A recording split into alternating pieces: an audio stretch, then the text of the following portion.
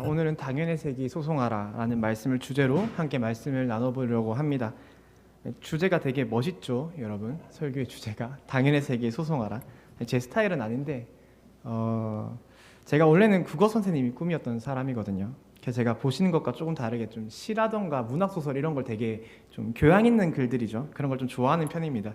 근데 오늘 제가 어떤 한 편의 시를 읽었는데 그 시에서 나온 제목이에요. 그래서 제가 쓴 제목이라기보다는 시인이 쓴 제목이라 좀 거창하고 그럴듯해 보이는 그런 말씀의 주제가 나왔습니다. 제가 이 시를 요번에 읽고 마음이 너무 큰 묵상이 들었어요. 그래서 이 시간 좀 함께 읽어드리고 싶거든요. 너무 긴 시기 때문에 앞에 부분만 잠깐 읽어드리도록 하겠습니다. 한번 들어보시기 바랍니다. 태어나서 처음으로 시 낭독을 설교 시간에 해보네요. 좋은 목소리가 아니라서 한번 잘 따라 읽어보시기 바랍니다. 아침에 눈을 뜨면 세계가 있다. 아침에 눈 뜨면 당연의 세계가 있다. 당연의 세계는 당연히 있다. 당연의 세계는 당연히 거기에 있다. 당연의 세계는 왜 거기에 당연히 있어야 할 곳에 있는 것처럼 왜 맨날 당연히 거기에 있는 것일까?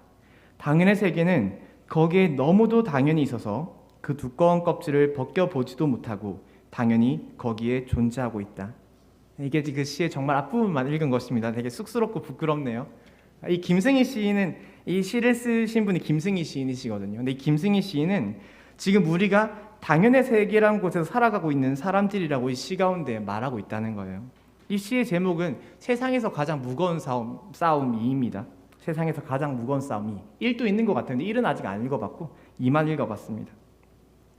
김승희 시인은 계속 우리가 아침에 눈을 뜨면요, 우리에게 당연한 듯이 당연의 세계라는 것이 눈앞에 쫙 펼쳐지게 된다는 겁니다. 그래서 우리는 그 당연의 세계 속에서 당연한 듯이 일어나고 세수하고 밥을 먹고 또 당연한 듯 출근하고 퇴근하고 당연한 듯 살아가는 게 우리들의 모습이다, 이렇게 말씀을 하고 있습니다.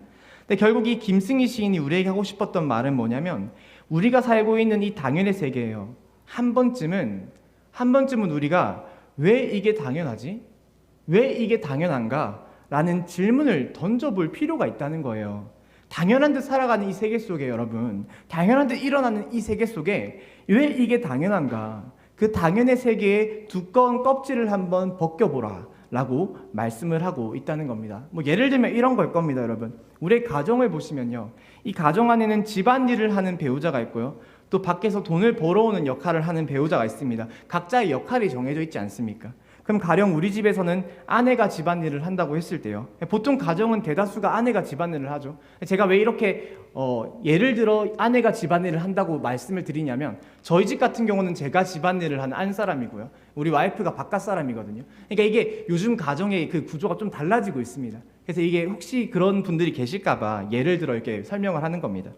아내가 우리 가족들을 위해서 집안일을 하는 그런 가정이라고 생각했을 때, 여러분, 나의 아내가 우리의 가족들을 위해서 아침에 밥을 차리고 집 청소를 하고 자녀들을 양육하고 내가 바깥 일을 잘할 수 있도록 내조를 해주는 것이 우리에게 당연한 일처럼 여겨지게 된다면, 그럼 당연한 일이지, 아내가 해야 할 일이지, 이렇게 여겨지게 된다면요, 그 관계에는 그 어떤 감사도 사랑도 생겨날 수가 없을 겁니다. 그렇지 않겠습니까, 여러분?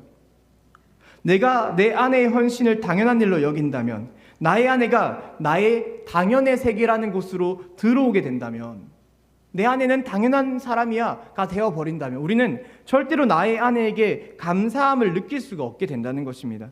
그래서 이 김승희 시인은 우리에게 이런 아내를 보면서요, 왜 이게 당연한가? 질문을 한번 해보라는 거예요. 왜 이게 당연한가? 바꿔 말하면 우리의 당연의 세계 속으로 들어와 버린 나의 아내를 이제는 끄집어내 주라는 겁니다. 이제는 끄집어내 줘서요, 계속 질문해 보라는 거예요. 내 아내가 집안일을 고생하면서 하는 것이 왜 당연한가? 당연한 건가요, 여러분? 질문해 보라는 겁니다. 내 아내가 내 밥을 차려주는 것이 왜 당연한가? 나의 속옷을 개어주는 것이 왜 당연한가? 그 당연의 세계의 두꺼운 껍질을 한번 이런 질문을 통해서 벗겨내 보라는 말입니다. 그때야 비로소 우리는 아내의 그 가정을 향한 헌신에 대해서 진정으로 감사함을 느낄 수가 있게 될 것이라는 말이죠. 또 이건 반대로 밖에서 돈을 벌어오는 배우자도 마찬가지입니다. 만일 우리의 집에 남편이 돈을 벌어온다면, 여러분, 바깥에서 돈을 벌어오는 일이 당연한 일이 되어버린 나의 남편에게 우리는 절대로 너무 수고했어 여보, 정말 당신이 최고야, 당신이 있어서 나는 너무 고마워, 사랑해, 이런 말들을 내뱉지를 못하게 됩니다. 여러분이 당연의 세계라는 것은요, 정말 무서울 정도로 우리에게 감사를 없애버리는 공간이 되어버린다는 겁니다. 우리의 당연의 세계 속에 나의 남편이 들어오잖아요. 여러분, 우리는 오히려 많은 돈을 벌어오지 못한다는 이유로 나의 남편과 싸울 수는 있을지 몰라도요, 절대로 나의 남편의 그 헌신에 대한 감사함을 느낄 수는 없게 된다는 거죠. 남편이 당연히 돈 벌어 와야 하는 거니까요, 그거에 그 당연함이 어떻게 감사함이 따라올 수 있겠냐는 겁니다. 그러니까 우리는 나의 당연의 세계 속에 들어온 우리의 남편을 이제는 끄집어내 주셔서요, 왜 남편이 우리의 가정을 위해 희생하는 것이 당연한가? 난 왜 이제껏 그렇게 생각하고 있었는가? 가정을 위한 남편의 희생이 결코 당연하지 않은 것이었음을 깨달아 알 필요가 있다는 것입니다. 사랑하는 여러분, 나의 배우자가요, 집안일을 하는 것은 결단코 당연한 일이 아닙니다. 우리는 그것을 기억하셔야 합니다. 아내가 하는 그 집안일 속에는 나를 위한 헌신과 배려가 담겨져 있어요. 그 집안일에는 나를 위한 그 마음이 담겨져 있다는 겁니다. 근데 그게 어떻게 당연한 일일 수가 있겠습니까? 감사한 일이죠. 나를 위함이 있으니까. 또 나의 배우자가 돈을 벌어오는 일도요, 절대로 당연한 일이 아닙니다. 그건 너무나도 수고스럽고 고생스러운 일입니다. 그 수고와 고생을 우리가 당연한 듯 나의 당연의 세계 속에 넣어버린다면, 여러분, 그거는 가정의 감사함을 없애버리는 참 안타까운 일이 될 수가 있다는 것이죠. 우리는 이렇듯 당연의 세계 속에 들어간 모든 것들을 항상 끄집어내며 살아야 합니다, 여러분. 그 안에 들어간 것들에게 우린 더 이상 감사함을 느낄 수가 없기 때문에 한번 점검해 보시기 바랍니다. 나의 당연의 세계 속에는 지금 무엇이 들어가 있는가? 오늘 말씀이 좀 그런 내용이에요, 여러분. 간단하게만 오늘 말씀을 요약해서 말씀을 드리자면, 저는 여러분, 오늘의 이 사건이요, 오늘 말씀 속 사건이요, 예수님이 우리의 당연의 세계 속에 들어가셨기 때문에 일어나게 된 사건이라고 말씀을 드리고 싶어요. 예수님이 우리의 당연의 세계 속에 들어가셨기 때문에 일어나게 된 사건. 말씀을 보시면 예수님께서는요, 자신의 고향 땅인 나사렛으로 가셔서 고향 사람들에게 말씀을 전하고 계십니다. 근데 여러분, 보통은 우리가 성경을 읽다 보면요, 예수님께서 이렇게 막 어떤 지역에 가서 말씀을 전하시잖아요. 그러면 대부분의 사람들은 그 선포되어진 예수님의 말씀을 듣고 막 놀라움을 느끼고요, 감격을 하고 예수님을 경배하고 따르고 제자가 되고, 그런 일들이 주로 일어나게 됩니다. 그렇지 않습니까? 예수님이 말씀을 너무 능력 있게 전하시니까 저 같은 거랑 비교도 안 될 만한 놀라운 말씀을 전하시는 게 예수님이시잖아요. 그러면 만일 예수님이 베드로에게 말씀을 전하셨으면요, 베드로가 그물을 집어던지고 예수님을 따르게 된다는 겁니다. 가령 마태에게 말씀을 전하시면요, 마태가 자신의 직업을 내던져 버리고요, 예수님을 따르게 된다는 거예요. 예수님의 말씀을 들은 사람들은 하나같이 다 이렇게 예수님에게로 나아갔습니다. 그 말씀에 감동을 받고. 근데 정말 놀라운 게 여러분, 오늘 예수님이 자신의 고향 땅인 나사렛으로 가셔서 말씀을 전하셨는데요, 이게 성경에서 나오는 정말 희한한 내용이거든요. 이 나사렛 동네 사람들만큼은 정말 모든 사람들이 단 한 사람도 예수님의 말씀을 제대로 받아들이는 사람들이 없었다는 겁니다. 정말 특이한 사건이에요, 여러분. 이거 생각을 해보세요. 무려 예수님께서 말씀을 전하신 겁니다. 저 같은 사람이 말씀 전하면 은혜 못 받을 수 있어요. 근데 예수님이 말씀 전하셨잖아요. 그 능력의 말씀이 선포되어진 겁니다. 물론 한두 사람은 줄 수도 있겠죠. 근데 이거는 정말 놀랍게도요, 단 한 명의 사람도 변화되지 않은 사건이라는 거예요. 아무리 설교를 못하는 사람이 설교를 전해도 여러분, 그 중에 한두 사람은 은혜를 받기 마련입니다. 나랑 비슷한 얘기가 나오면 은혜를 받는다는 것이죠. 근데 이건 예수님이 말씀을 전하셨는데 한 사람도 은혜를 받지 못하는 사건이라는 겁니다. 그렇다면 여러분, 왜 이 나사렛 동네 사람들은요, 예수님의 말씀을 단 한 사람도 제대로 받아들이지 못했던 걸까요? 성경에 나오는 모든 사람들이 예수님의 말씀에 감동을 받을 때 왜 유독 이 동네 사람들만, 이 나사렛 사람들만 예수님의 말씀에 감동되지 못하고 은혜 받지 못했던 걸까요? 우리가 오늘 본문의 55절부터 56절의 말씀을 보시면 그 이유를 조금은 유추할 수가 있게 됩니다. 우리 이 말씀을 한번 다 같이 읽어봤으면 좋겠습니다. 읽겠습니다. 이 사람은 목수의 아들이 아닌가? 그의 어머니는 마리아라고 하는 분이 아닌가? 그의 아우들은 야고보와 요셉과 시몬, 유다가 아닌가? 또 그의 누이들은 모두 우리와 같이 살고 있지 않은가? 그런데 이 사람이 이 모든 것을 어디에서 얻었을까? 여러분, 이 마을 사람들이 예수님의 말씀에 감동받지 못했던 이유, 그것은 그들에게 예수님은 어릴 때부터 너무 오랫동안 당연한 듯 봐왔던 친숙한 존재였기 때문이었습니다. 친숙한 존재. 참 아이러니한 이유 아니겠습니까? 친숙한 존재라서 이들은 되려 예수님에게 은혜를 받지 못했다는 거예요. 친숙한 존재가 말씀을 전하면 더 은혜를 받아야 하는데 이 은혜를 받지 못했다는 겁니다. 제가 아는 지인 중에 우리나라에서 정말 설교가 뛰어나시기로 손꼽히시는 어떤 목사님이 계신 교회에 다니는 지인이 있거든요. 그 목사님은 유튜브에 설교를 올리면 정말 많은 사람들이 그 말씀을 들으려고 해서 조회수가 한 수십만 회 정도가 찍힐 정도라고 합니다. 그러니까 정말 설교의 대가라고 인정받는 목사님이라는 겁니다. 저 같은 사람은 유튜브에 설교 올리잖아요, 여러분. 그럼 조회수가 한 10회 정도 나올까 하거든요. 근데 그 중에서 여러분 생각해보면 우리 엄마, 아빠, 장인어른, 장모님 빼야 해요. 그분들은 무조건 보십니다. 그리고 우리 와이프도 있어요. 심지어 우리 와이프는 좋아요만 누르고 보진 않습니다. 그러면 이제 조회수 한 4회 나오는 겁니다, 여러분. 진짜 보는 사람들 따지면 여기 계신 성도님들 중에 한 두세 분 정도 있는 것 같아요, 그죠? 60명 중에. 그리고 우연찮게 이제 알고리즘을 통해서 들어가시는 분들. 저 같은 사람은 한 5회, 4회 나오는 거예요, 여러분. 근데 이분은 정말 수십만 명의 사람들이 찾아볼 만큼의 좋은 설교를 하시는 목사님이라는 거죠. 제가 한번 그 교회를 다니는 지인에게요, 우스갯소리로 이렇게 물어본 적이 있었습니다. 아니, 누구누구 성도님, 거기 교회 다니면 설교가 살벌하겠네요, 진짜. 약간 우스갯소리로 물어본 거예요. 아니, 이렇게 뛰어난 설교자의 설교를 들으면 매주 은혜 받는 거예요? 눈물이 마를 날이 없으시겠습니다? 막 얘기를 했어요. 근데 그 지인이 저에게 해준 말이 저는 아직도 잊혀지지가 않습니다. 저에게는 이 말이 너무나도 충격적이었어요. 야, 맨날 눈물 흘리시겠네요. 이렇게 말을 했는데 그 지인이 저에게 뭐라고 얘기했냐면, 근데 듣다 보면 다 거기서 거기야. 진짜 너무 충격받았습니다. 근데 듣다 보면 거기서 거기야. 처음에 갔을 때 은혜를 많이 받았대요. 매주가 막 은혜로웠대요. 근데 듣다 보니까 그 설교가 그 설교처럼 느껴졌다는 겁니다. 여러분, 이게 우리들의 사실 현실인 것 같습니다. 아무리 좋았던 설교도요, 너무 그 사람의 설교만 매주 몇 년, 몇십 년을 듣다 보면 이제 그 설교가 우리에게 너무 친숙하게 느껴져 버린다는 거죠. 바꿔 말하면 이제 그 설교에 우리가 너무 익숙해져 버린다는 겁니다. 전 이게 바로 설교가 우리의 당연의 세계 속으로 들어오는 일이라고 생각을 합니다. 설교가 우리의 당연의 세계 속으로 들어와 버리는 거예요. 그러니까 익숙해져 버리고 더 이상 감동이 느껴지지 않고 그 안에 감사가 느껴지지 않게 된다는 것이죠. 그렇게 되면 아무리 훌륭한 설교자로 평가받는 목사님의 설교도요, 다 거기서 거긴 것처럼 받아들여질 수밖에 없다는 말입니다. 아니 훌륭한 설교자를 떠나서 오늘 말씀 보시면 예수님이 말씀을 전하셨는데요, 여러분. 설교자가 문제가 아니라는 거예요. 예수님이 말씀을 전하시더라도 그 말씀에 우린 은혜를 받지 못하게 된다는 겁니다. 이게 너무 익숙해지다 보니까, 이게 너무 당연해지다 보니까요. 오늘 나사렛 사람들은 예수님께서 말씀을 전하실 때요, 막 이렇게 수근수근 됐을 겁니다.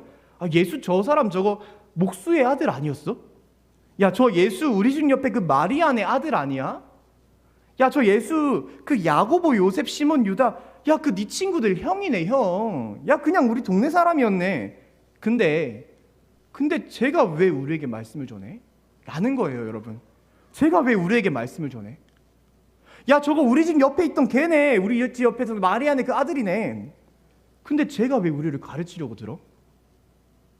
그들은 되려 예수님이 너무 자신들에게 당연한 존재였기 때문에 예수님의 말씀을 제대로 받아들이지 못했다는 거예요. 그러니까 기분도 나빴던 거죠. 우리 옆집 마리아네 아들이 갑자기 3년 뒤에 돌아와서 나를 가르치려고 들어요. 사실 기분 나쁘지 않겠습니까? 난 어른인데. 갑자기 3년 뒤에 와가지고 저 옆집 애가 나를 막 훈계하는 겁니다. 그러니까 57절의 말씀 잠깐 보시면요, 여러분. 그들은 예수를 배척하는 지경에까지 이르게 된다는 거예요. 너무 기분이 나쁘니까 자신들에게 찾아오신 예수님을 배척해버린 겁니다. 여러분, 예수님이 우리에게 오시는 게 어찌 보면 얼마나 엄청난 행운이고요, 기회인지 모릅니다. 예수님이 우리에게 오시면 병든 자는 병고침을 받습니다. 죄 지은 자는 구원을 얻습니다. 그들 말씀의 은혜를 받고 그 삶이 달라질 수도 있습니다. 그 엄청난 기회와 행운이 그 나사렛 사람들에게 주어지게 된 거예요. 그런데 지금 이 시간 그들은 예수님이 너무나도 익숙했기 때문에, 그들은 예수님이 너무나도 당연했기 때문에 그 엄청난 기회를 그냥 배척해버리고 놓쳐버리게 되었다는 것이죠. 사랑하는 여러분, 우리 오늘 이 말씀을 통해서요, 마치 이 나사렛 마을의 사람들처럼 우리도 예수님을 너무 친숙한 존재로 여기고 있는 것은 아닌가 좀 살펴볼 필요가 있다고 생각을 합니다. 친숙한 존재로 여기는 거 너무 좋죠. 예수님 우리의 형제시고요, 우리의 머리 되신 분이고요, 우리의 구원자시고요. 친숙한 거 너무 좋은데요, 그냥 그런 친숙함이 아니라 너무 우리의 지금 당연의 세계 속으로 예수님이 들어와 계신 것은 아닌가. 마치 내 와이프가 우리의 당연의 세계 속에 들어왔을 때 와이프에 대한 감사함을 못 느끼는 것처럼, 내 남편이, 내 부모님이 내 당연의 세계 속으로 들어왔을 때 부모의 아무런 큰 헌신을 봐도 내가 별 감흥을 느끼지 못하고, 부모님이니까 당연히 그래 주셔야지 생각하는 것처럼요. 지금 예수님이 내 당연의 세계 속에 들어와 계신 것은 아닌가, 우리가 스스로 점검해 볼 필요가 있다는 겁니다. 우리 다음 주면 이제 성탄절 아니겠습니까, 여러분? 우리가 한번 스스로 이러한 질문을 지금 속으로 한번 해보셨으면 좋겠습니다. 여러분, 우리는 이 성탄절을 현재 마음의 기쁨으로 준비하고 계시나요?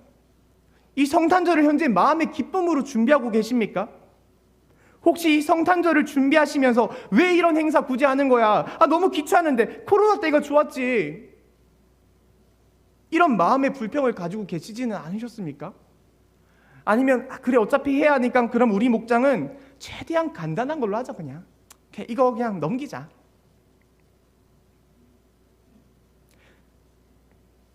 예수님은 우리를 너무 사랑하셔서 이 땅에 오셨습니다, 여러분. 그리고 그 위대하고도 놀라우신 무려 신의 아들이 이 땅에 태어난 사건, 신의 아들이 이 땅에 내려오신 사건, 그것을 우리는 성탄절이라고 부르기로 사회적인 합의를 봤습니다. 여러분, 어느 순간 이 성탄절이요, 그 놀랍고 기적 같은 성탄절이 우리에게 너무나도 익숙한 날처럼 느껴지게 되어버린 것은 아닐까요? 그 위대한 예수님의 탄생을 축하하는 그 어찌 보면 1년에 딱 한 번 있는 날이잖아요. 중요한 날. 근데 우리는 그날의 행사를 준비하면서도 벌써부터 이 마음에 귀찮음이 생겨나 버리게 된다는 거죠. 혹시 모릅니다. 여기 계신 어떤 성도님들 같은 경우는 2시에 행사를 시작하는데 그 전에 내가 얼른 집으로 도망쳐야지 생각하는 성도님들이 혹시 모릅니다. 계실 수도 있지 않습니까? 물론 여기 우리 한가족 성도님들은 마음밭이 너무 좋으시기 때문에 100% 참여하실 거라고 생각을 합니다. 근데 저기 소예배실 들어가 있는 친구도 있잖아요. 우리 청소년들. 저 아직도 악몽을 꿔요. 청소년 행사 당일날 우리 애들 한 10명만 서 있는 그 악몽을 꿉니다. 다 도망치는 거 아닌가? 그래서 어떻게 하면 제대로 안 도망치게 할 수 있을까? 아직까지 고민을 해요, 여러분. 이 성탄절을 준비하면서 이런 생각이 든다는 겁니다. 우리의 당연의 세계 속으로 지금 예수님의 탄생이 들어와 버린 것은 아닐까. 이젠 우리가 예수님의 탄생을 너무나도 당연한 일처럼 여겨버려서 아무런 감동도 받지 못하는 크리스찬이 되어버린 것은 아닐까. 예수님의 탄생에 그 어떤 감흥도 느끼지 못하고 예수의 탄생을 보면서 몸이 건조한 눈빛으로 그것을 바라보고 있는 그런 사람이 되어버린 것은 아닐까. 우린 스스로 질문해 볼 필요가 있다는 것입니다. 또한 여러분, 예수님은 우리를 위해서 십자가에 못 박혀 죽으셨습니다. 우리의 죄를 위해 죽기까지 하신 분이 바로 예수님이셨습니다. 근데 우리는 그런 예수님의 죽음이 이제는 너무나도 익숙해져 버린 것이죠. 너무나도 당연해져 버린 것이죠. 그래서 예수님은 우리를 위해 죽기까지 희생하셨지만 우린 예수님을 위해서 내 시간 내어놓기를 주저한다는 겁니다. 내 체력 쓰는 것을 주저한다는 거예요.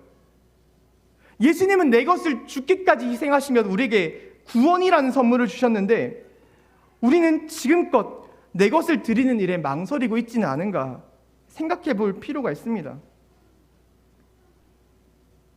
예수님은 우리를 위해서 모든 것을 희생하셨습니다, 여러분.